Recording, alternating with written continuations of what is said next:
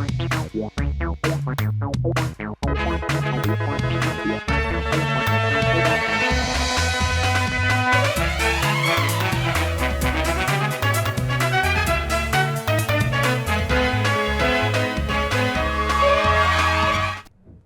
आप देख रहे हैं राष्ट्रीय समाचार और मैं हूं आपके साथ प्रिया पांडे। आइए एक नजर डालते हैं आज की हेडलाइंस पर। डॉक्टर दिलीप जायसवाल का ममता बनर्जी पर और कांग्रेस पर तीखा हमला, ईडी जांच और मनरेगा आंदोलन पर उठाए सवाल। पटना में लोक स्वास्थ्य अभियंत्रण विभाग की कार्यशाला, ग्रामीण जल गुणवत्ता और सुधार कड़ी मॉनिटरिंग पर जोर। नीतीश कुमार को भारत रत्न की मांग से बिहार की सियासत गरमाई, केसी त्यागी के पत्र पर जदयू ने झाड़ा पल्ला।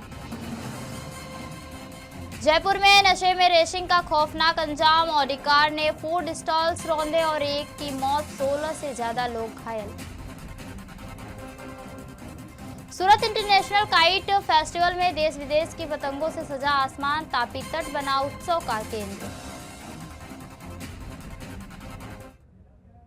बिहार सरकार में पथ एवं उद्योग मंत्री डॉक्टर दिलीप कुमार जायसवाल ने पश्चिम बंगाल के मुख्यमंत्री ममता बनर्जी और कांग्रेस पर तीखा हमला बोला। किशनगंज स्थित भाजपा कार्यालय में आयोजित पत्रकार वार्ता में डॉक्टर जायसवाल ने कहा कि ममता बनर्जी ने ईडी की जांच में हस्तक्षेप कर देश में अपनी हंसी उड़वाई है। उन्होंने सवाल उठाया कि वह कौन सी हरी फाइल लेकर गई और यदि वे सही थी तो जांच का विरोध क्यों किया गया। डॉक्टर जायसवाल ने कहा कि अगर केंद्रीय एजेंसियों से कोई गलत होता है तो न्यायालय मौजूद है और ममता बनर्जी को न्यायालय का दरवाजा खटखटाना चाहिए था। इसके साथ ही उन्होंने कांग्रेस और ईडी गठबंधन द्वारा मनरेगा योजना को लेकर किए जा रहे आंदोलन पर भी हमला बोला।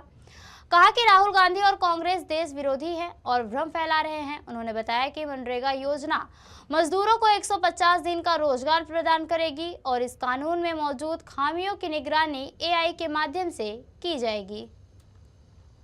ईडी जांच एजेंसी जांच का विरोध क्यों? अगर हम गलत नहीं हैं, अगर हमारे पास गलत कागजात नहीं है, कागजात पकड़ाने पर मुझे फंसने का डर नहीं है, तो फिर जांच का विरोध क्यों? दूसरा, किसी भी प्रदेश का मुख्यमंत्री किसी के घर में व्यक्तिगत कंपनी में छापा पड़े तो मुख्यमंत्री अपने वहां पहुंच करके फाइल लेके भागे, ये तो पूरा देश और दुनिया हंस रहा है। मुख्यमंत्री जब ईडी का छापा पड़ा तो ममता बनर्जी खुद उस घर में चली गई जहां छापा पड़ रहा था और फाइल लेके भाग रही हैं, उनका पदाधिकारी कागज लेके भाग रहा है। ये तो पूरे दुनिया में ऐसा कभी देखने को नहीं मिला। अगर आप गलत नहीं हैं तो जांच से डर क्यों? अगर आपके कागजात में कोई राज नहीं है तो उस कागजात को ले जाने में डर क्यों? कि आम आदमी भी, एक जाहिल आदमी भी इस बात को समझ सकता है। तो इसलिए जो है जांच एजेंसी का विरोध करना उसके बदले है कि जांच एजेंसी अगर कोई गलत करता है तो आप न्यायालय है, आपके लिए फॉरम है उसके लिए जहां पर कि आप बात। लोक स्वास्थ्य अभियंत्रण विभाग ने पटना के एक निजी होटल में आयोजित कार्यशाला में अपने ग्रामीण जल प्रबंधन और गुणवत्ता सुधार कार्यक्रम पर जोर दिया। विभाग के मंत्री संजय सिंह ने कहा कि यह विभाग मुख्यमंत्री नीतीश कुमार का ड्रीम विभाग है और इसका उद्देश्य ग्रामीण क्षेत्रों को सुरक्षित व स्वच्छ जल सुनिश्चित कराना है।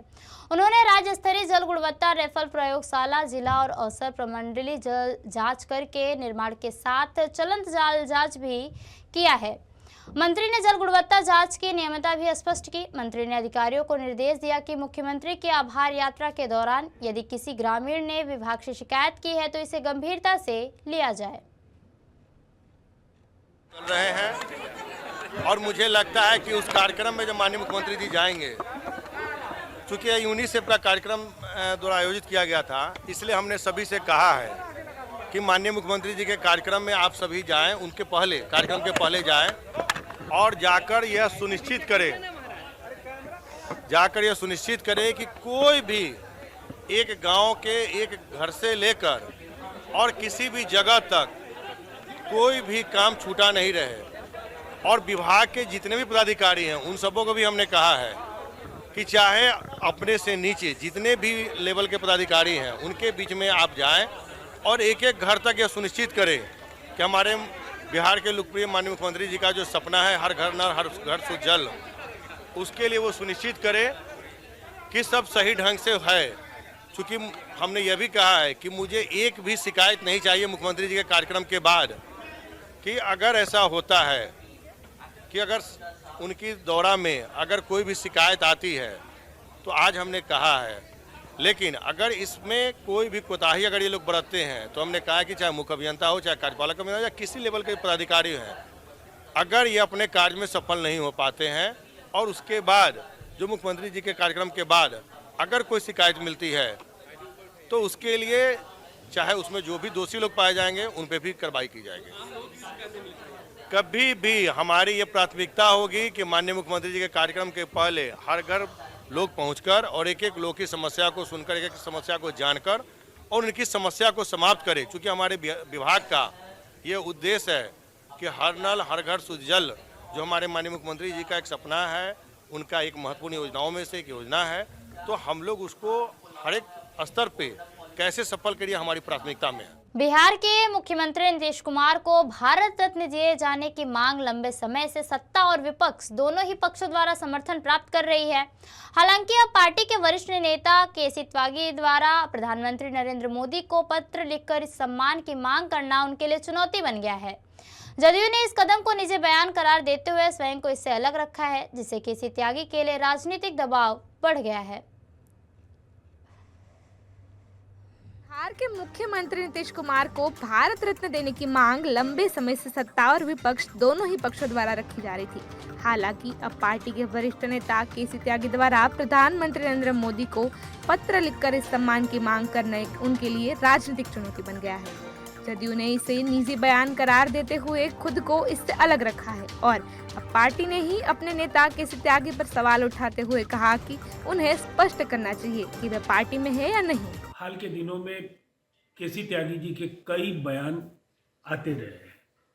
इन बयानों का पार्टी की विचारधारा और पार्टी के आधिकारिक स्टैंड से कोई लेना देना नहीं है। दरअसल वो पार्टी के साथ हैं या नहीं, पार्टी के कार्यकर्ताओं को और नेताओं को ये भी पता नहीं है। इसलिए उनके बयानों को उनकी निजी क्षमता में दिए गए विज्ञप्ति के तौर पर और बयान के तौर पर देखा जाना चाहिए। वही जनता दल यूनाइटेड के प्रदेश अध्यक्ष उमेश कुशवाहा ने कहा कि मुख्यमंत्री नीतीश कुमार को लोग उनके काम के अंदाज और समर्पण के लिए जानते हैं और वे अपने काम पर विश्वास करते हैं, इसलिए उन्हें भारत रत्न मिले या न मिले इससे कोई फर्क नहीं पड़ता। वही केसी त्यागी के पार्टी सदस्य होने या न होने के सवाल पर उन्होंने कहा कि विषय में पार्टी का राष्ट्रीय प्रवक्ता ही स्पष्ट करेगा और इस बयान पर उन्होंने कहीं न कहीं अपने ही पार्टी प्रवक्ता राजीव रंजन पर सवाल खड़ा कर दिया है। केसी त्यागी जी हमारे पार्टी के पुराने नेता हैं और वो उनकी भावना को हम सम्मान करते हैं, लेकिन हमारे पार्टी के नेता माननीय मुख्यमंत्री नीतीश कुमार जी का जो राजनीतिक जीवन है जनसेवा की, हमारे नेता कभी भी किसी पद के लालसा में नहीं रखे। हमारे नेता जनसेवा करते, जनता की सेवा करते। जनता दल यूनाइटेड के सहयोगी दल भारतीय जनता पार्टी ने केसी त्यागी के पत्र और उनकी मांग का समर्थन करते हुए कहा कि केसी त्यागी का अनुरोध पूरी तरह जायज है। भाजपा ने यह भी कहा कि मुख्यमंत्री नीतीश कुमार और बिहार के पूर्व मुख्यमंत्री कृष्ण बाबू दोनों भारत रत्न मिलने के हकदार होने चाहिए। देखिए, ये तो जदयू का आंतरिक मामला है। केसी त्यागी जी जनता दल यूनाइटेड के एक बड़े नेता रहे हैं, हम लोग तो अभी तक यही जानते हैं, चूंकि आधिकारिक रूप से ऐसी कोई बात आई नहीं है। और केसी त्यागी जी ने जो बात कही, बिहार को बनाने में जिन दो लोगों का योगदान अविस्मरणीय है, अनपैरेलल है, वो दो व्यक्ति हैं डॉक्टर श्री कृष्ण सिंह और नीतीश कुमार। तो इन दो लोगों के लिए अगर भारत रत्न की मांग उठती है तो ये तो जायज सी बात है। श्री कृष्ण जी और नीतीश कुमार बिहार के पहले मुख्यमंत्री और निवर्तमान मुख्यमंत्री, इनको अगर भारत रत्न के लिए कंसिडर किया जाता है तो ये बिहार के लिए गर्व की बात होगी और हमें अच्छा लगेगा। वही राष्ट्रीय जनता दल की ओर से इस मुद्दे पर प्रतिक्रिया देते हुए पार्टी प्रवक्ता अरुण कुमार ने कहा कि केसी त्यागी जनता दल यूनाइटेड में है या नहीं, यह जदयू की आंतरिक विषय है। हालांकि उन्होंने स्पष्ट किया कि राजद की इच्छा है कि नीतीश कुमार को भारत रत्न मिले, लेकिन साथ ही यह टिप्पणी भी की है कि यह सम्मान उन्हें राजनीतिक पलटी मारने और बिहार को नुकसान पहुंचाने के लिए दिया जा रहा है। इसी चर्चा में सामने आ रहा है। ये तो जदयू का आंतरिक मामला है, इस पर हम लोगों को क्या कहना। हाँ, लेकिन उनका जो डिमांड है भारत रत्न मिलना चाहिए नीतीश कुमार जी को, निश्चित रूप से मिलना ही चाहिए, क्योंकि 2 दशक में बिहार को गर्त में धकेलने का काम किया। इनके लिए तो नीति सिद्धांत कुछ है नहीं। नीतीश बाबू के लिए तो कुर्सी सत्ता ही सिद्धांत है, तो इनको तो मिलना चाहिए ही भारत रत्न, क्योंकि पलटी मार के गिनीज बुक में नाम दर्ज कराने वाला इस देश में पहला मुख्यमंत्री है, जिन्होंने 10 बार शपथ ग्रहण लिया है, तो स्वाभाविक है मिलना ही चाहिए। कुल मिलाकर केसी त्यागी द्वारा प्रधानमंत्री को लिखा गया पत्र बिहार की सियासत में गर्मी पैदा कर गया है।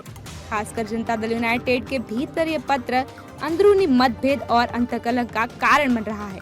जहां पार्टी के राष्ट्रीय प्रवक्ता ने सवाल उठाए, वही प्रदेश अध्यक्ष उमेश कुशवाहा ने कहा कि केसी त्यागी पार्टी में है या नहीं, इसका स्पष्ट जवाब पार्टी के राष्ट्रीय प्रवक्ता ही देगी। मुख्यमंत्री नीतीश कुमार को लेकर जदयू के जो पूर्व सांसद हैं केसी त्यागी ने, उन्होंने प्रधानमंत्री नरेंद्र मोदी को पत्र लिखा। उन्होंने कहा कि नीतीश कुमार को जो है भारत रत्न मिलनी चाहिए। वहीं जो है नीतीश कुमार के पार्टी के जो नेता हैं, उन नेता सीधे तौर पर कहते नजर आए केसी त्यागी पार्टी में है या नहीं, यह भी स्पष्ट करना चाहिए। बता दें कि बीते दिनों ही केसी त्यागी ने उन्होंने अपने जो जिस पद पर थे उन्होंने पद से इस्तीफा दे दिया था और कहा था कि हम जदयू के साथ हैं, और क्योंकि जदयू में हमारा काफ़ी योगदान रहा। और ऐसे में जदयू की अगर बात कर लिया तो जदयू को खींचने में शरद यादव और केसी त्यागी के बड़े योगदान रहे हैं। शरद यादव तो अब इस दुनिया में नहीं रहे, लेकिन केसी त्यागी को लेकर जो है जदयू के नेता जो हैं सीधे तौर पर कहते नजर आ रहे हैं कि वो जदयू में नहीं है, उनका बयान का कोई उचित नहीं है। कैमरा पर्सन विकास के साथ विवेक रंजन, राष्ट्रीय समाचार, पटना। बिहार के जयपुर में देर रात रेसिंग कर रहे एक ऑडी कार ने कहर मचा दिया। मानसरोवर इलाके में रेसिंग कर रही एक तेज रफ्तार ऑडी कार ने भीषण हादसा मचा दिया। करीब 100 किमी प्रति घंटे की रफ्तार से दौड़ रही कार पहले डिवाइडर से टकराई और फिर सड़क किनारे लगी फूड स्टॉल्स में जा घुसी, जहां उस समय 50 से अधिक लोग मौजूद थे। हादसे में कार लगभग 16 लोगों को रौंदते हुए करीब 100 मीटर दूर एक पेड़ से टकरा रुकी। इस दर्दनाक घटना भिलवाड़ा निवासी रमेश बैरवा की मौत हो गई, जबकि 4 लोग गंभीर रूप से घायल हैं।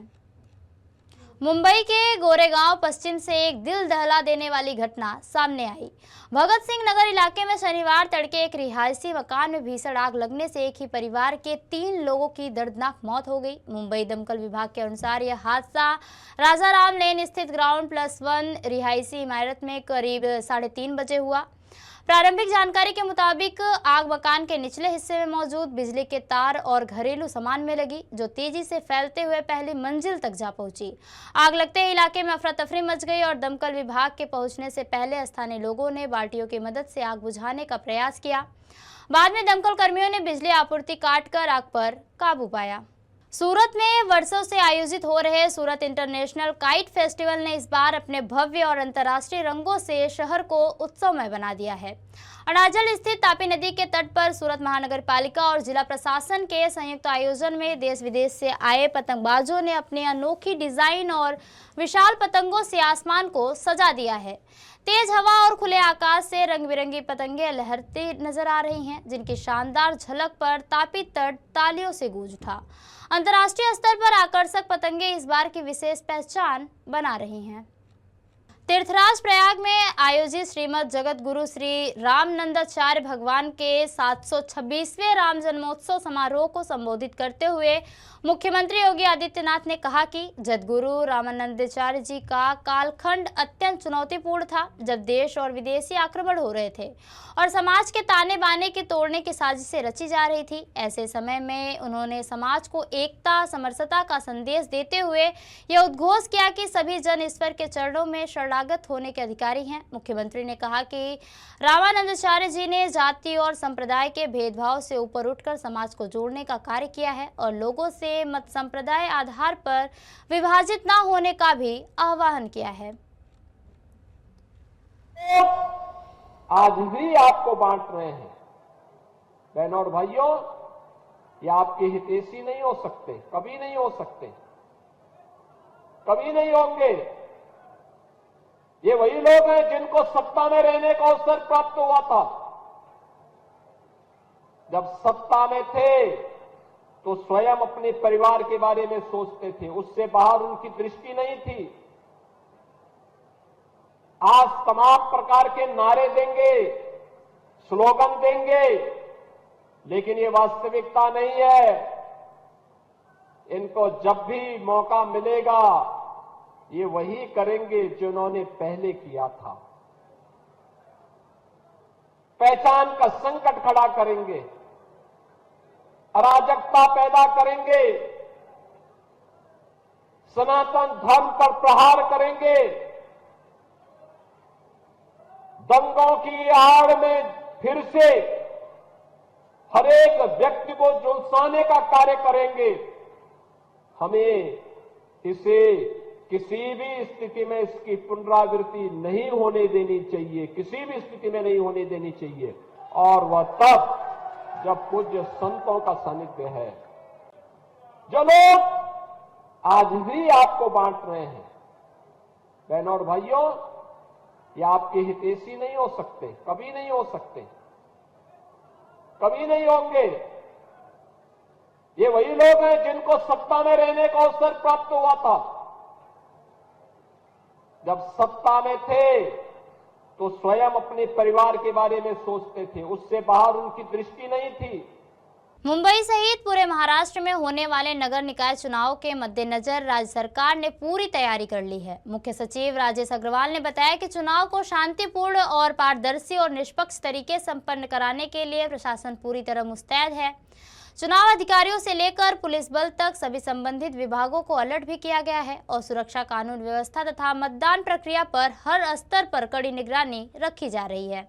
उन्होंने जनता से अपील की है कि 15 जनवरी को अपने शहरों और जिलों में मतदान में सक्रिय भागीदारी करें, क्योंकि यह न केवल अधिकार बल्कि हर नागरिक की जिम्मेदारी भी है। मुख्य सचिव ने भरोसा दिलाया है कि मतदान के दिन सभी आवश्यक इंतजाम किए जाएंगे और प्रशासन का उद्देश्य है कि अधिक से अधिक मतदान सुनिश्चित करना। जी, किस तरह से महाराष्ट्र सरकार इसको टैकल कर रही है? उस समय मुंबई शहर के कई रोड को ब्लॉक भी किया जाता है, चाहे मुंबई महानगर पालिका हो, मुंबई पुलिस फोर्स हो। ये सारा जो एक टैकल करने का सरकार का तरीका है, इसको किस तरह से टैकल किया जाएगा उस दिन? 2 दशकों से जो टाटा मुंबई मैराथन है, ये एक सिटी के लिए प्राइड का विषय बन चुकी है, लोगों के लिए एंजॉयमेंट का विषय बन चुकी है।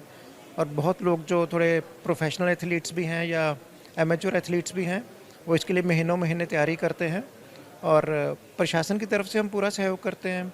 कोई भी डिपार्टमेंट हो, हमारे म्यूनसिपल कॉरपोरेशन के वर्कर्स हों, पुलिस के कर्मचारी हों, अधिकारी हों, हेल्थ डिपार्टमेंट के हों, तो हम पूरा सहयोग करेंगे इसमें कि मुंबई की जनता और बाहर से आने वाले सभी गेस्ट इसको अच्छे से एंजॉय करें और इवेंट को भी और मुंबई शहर को भी एंजॉय करें। सर, इस समय मुंबई सहित महानगर के 29 महानगर पालिका के चुनाव है। मुंबई सहित महाराष्ट्र की जनता को महाराष्ट्र के चीफ सेक्रेटरी क्या कहना चाहते हैं? कितनी चुस्त दुरुस्त 4-चौबंद सुरक्षा व्यवस्था होगी? किसी को किसी प्रकार के भी घबराने की ज़रूरत नहीं है। हालांकि कुछ छोटी मोटी घटनाएं इन दिनों सुनाई ज़रूर दे रही हैं, उनको टैकल भी किया जा रहा है। चुनाव महाराष्ट्र के अलग अलग हिस्सों में हो रहा है, अर्बन एरियाज़ में, रूरल एरियाज़ में अलग अलग डेट्स आ रही हैं। तो हमारी सब जनता से यही विनती है कि अच्छे से सोच समझ के अपना वोट दें, अपने मनपसंदा कैंडिडेट को वोट दें। और महाराष्ट्र ट्रेडिशनली बहुत ही पीसफुल स्टेट रहा है इलेक्शंस में। कोई भी इलेक्शन हो तो उस पर ऑब्वियसली घबराने की बिल्कुल भी ज़रूरत नहीं है। मुंबई महानगर पालिका में सभी की नज़र है। यहाँ पर काफ़ी जद्दोजहद हो रही है, चाहे गवर्नमेंट के जो लोग नेता हैं, मंत्री, उनकी भी, और चाहे अपोजिशन में उनकी भी। यहाँ पर विशेष ध्यान है प्रशासन की ओर से। हाँ बिल्कुल, इसमें इलेक्शन की मशीनरी, पुलिस प्रशासन, बाकी सब मुस्तैदी से काम कर रहे हैं। उसमें कोई कोताही नहीं होगी। जनता आराम से वोट दे और अच्छे से वोट दे और काउंटिंग भी अच्छे तरीके से की जाएगी और रिजल्ट भी टाइम पे निकाला जाएगा। खास आदेश जारी किया है स्पेशल मुंबई के लिए? Not really. जो ट्रेडिशनल है, छुट्टी डिक्लेयर करना है, बाकी अरेंजमेंट्स हैं, लॉजिस्टिक्स हैं, सब एक कायदे से चल रहा है। राज जी, किस तरह से केडीएमसी पैनल नंबर 6 के उम्मीदवारों के प्रचार के लिए शिवसेना ठाकरे गुट के वरिष्ठ नेता भास्कर जाधव ने कल्याण में आयोजित एक जनसभा को संबोधित किया। इस दौरान उन्होंने उप मुख्यमंत्री एकनाथ शिंदे को सीधे चुनौती देते हुए तीखा बयान दिया है। भास्कर जाधव ने जनता से अपील करते हुए कहा कि भाजपा के बहकावे में आकर मुंबई को उनके हाथों में ना सौंपे, अन्यथा भविष्य में पछताना पड़ेगा। उनके इस बयान के बाद कल्याण की राजनीतिक हलचल तेज हो गई है और सियासी माहौल भी गर्मा गया है। मुख्यमंत्री पुष्कर सिंह धामी ने अंकिता भंडारी केस में सीबीआई जांच की सिफारिश की है। सीएम धामी ने कहा कि यह कदम राज्य सरकार की शुरू से अंत तक निष्पक्षता, पारदर्शिता और न्याय सुनिश्चित करने की प्रतिबद्धता को दर्शाता है। उन्होंने बताया कि हाल ही में सोशल मीडिया पर प्रसारित कुछ ऑडियो क्लिप्स के संबंध में अलग-अलग एफआईआर दर्ज की गई है और जांच प्रक्रिया भी जारी है। मुख्यमंत्री ने कहा कि सरकार की मंशा पूरी तरह स्पष्ट है और किसी भी तथ्य या सबूत की अनदेखी नहीं की जाएगी। भावुक होते हुए उन्होंने कहा कि अंकिता केवल एक पीड़िता नहीं थी बल्कि हमारी बहन और बेटी भी थी। सीएम ने हाल ही में स्वर्गीय अंकिता के माता-पिता से मुलाकात की और उनके अनुरोध के आधार पर राज्य सरकार ने मामले की सीबीआई से जांच कराने का निर्णय लिया है। स्वर्गीय बहन अंकिता भंडारी के साथ हुई दुर्भाग्यपूर्ण घटना की जानकारी मिलते ही राज्य सरकार ने, प्रशासन ने बिना किसी भेदभाव के पूरी पारदर्शिता के साथ, निष्पक्षता के साथ कार्रवाई प्रारंभ की। तत्काल एसआईटी का गठन एक महिला आईपीएस अधिकारी की लीडरशिप में किया गया और प्रकरण से जुड़े हुए सभी अभियुक्तों को शीघ्र गिरफ्तार किया गया। उसकी ठोस पैरवी माननीय न्यायालय में की गई। उसी का परिणाम हुआ कि ट्रायल के दौरान किसी भी अभियुक्त को जमानत नहीं मिली। एसआईटी द्वारा विवेचना के बाद अभियुक्तों के विरुद्ध चार्जशीट दाखिल की गई और निचली अदालत ने सुनवाई पूरी होने पर अभियुक्तों को आजीवन कारावास की सजा सुनाई। यह इस बात का प्रमाण है कि राज्य सरकार ने शुरू से लेकर अंत तक पारदर्शिता, दृढ़ता के साथ न्याय सुनिश्चित किया है। हाल के दिनों में सोशल मीडिया पर प्रसारित हुई ऑडियो क्लिप्स के संबंध में अलग-अलग एफआईआर दर्ज की गई हैं, जिसकी जांच जारी है। लखनऊ में शादी का झांसा देकर दुष्कर्म और जबरन धर्म परिवर्तन के गंभीर मामले में पुलिस को बड़ी सफलता मिली है। सर्विलांस सेल पश्चिम जोन और थाना चौक की संयुक्त कार्रवाई में 50,000 रुपए के नामिया आरोपी को गिरफ्तार किया गया है। आरोपी पर एक जूनियर महिला डॉक्टर के साथ बार-बार दुष्कर्म करने और उसकी सहमति के बिना गर्भपात कराने का आरोप है। पुलिस आयुक्त लखनऊ के निर्देश पर चलाए जा रहे विशेष गिरफ्तारी अभियान के तहत यह कार्रवाई की गई। डीसीपी पश्चिम विश्वजीत श्रीवास्तव के निर्देशन पर यह कार्रवाई की गई है। दिसंबर 2025 को केजीएमयू की एक मेडिकल छात्रा ने थाना चौक पर एक प्रार्थना पत्र दिया, जिसमें यह आरोप लगाया गया था कि उसके सीनियर डॉक्टर रमीजुद्दीन उर्फ रमीज ने उसके साथ उसका शारीरिक शोषण किया है और जब उसने उसके शादी की बात की तो उसने उसके धर्म परिवर्तन का दबाव डाला है। इस सूचना पर तत्काल अभियोग पंजीकृत किया गया और इंस्पेक्टर चौक नागेश उपाध्याय द्वारा विवेचना प्रारंभ की गई। विवेचना के क्रम में साक्ष्य संकलन के दौरान एक अन्य मेडिकल छात्रा द्वारा ये आरोप लगाया गया कि उसके साथ भी रमीजुद्दीन ने इसी तरह का कृत्य किया है और उसके साथ गलत कार्य किया है और उसका गर्भपात कराया है, साथ ही उसके धर्म परिवर्तन कराकर जबरन उसे निकाह किया है। इस साक्ष्य संकलन में ये भी बात प्रकाश में आई कि इस में रमीजुद्दीन के माता पिता दोनों शामिल हैं। विवेचना के क्रम में रमीजुद्दीन के माता पिता का भी नाम बढ़ाया गया और उनकी गिरफ्तारी की गई। मुख्य अभियुक्त रमीजुद्दीन, जो कि न्यूरिया जनपद पीलीभीत का रहने वाला था, वो फरार चल रहा था। उस पर 50,000 रुपये का इनाम। खबरों का सिलसिला यूं ही चलता रहेगा। देखते रहिए राष्ट्रीय समाचार। धन्यवाद।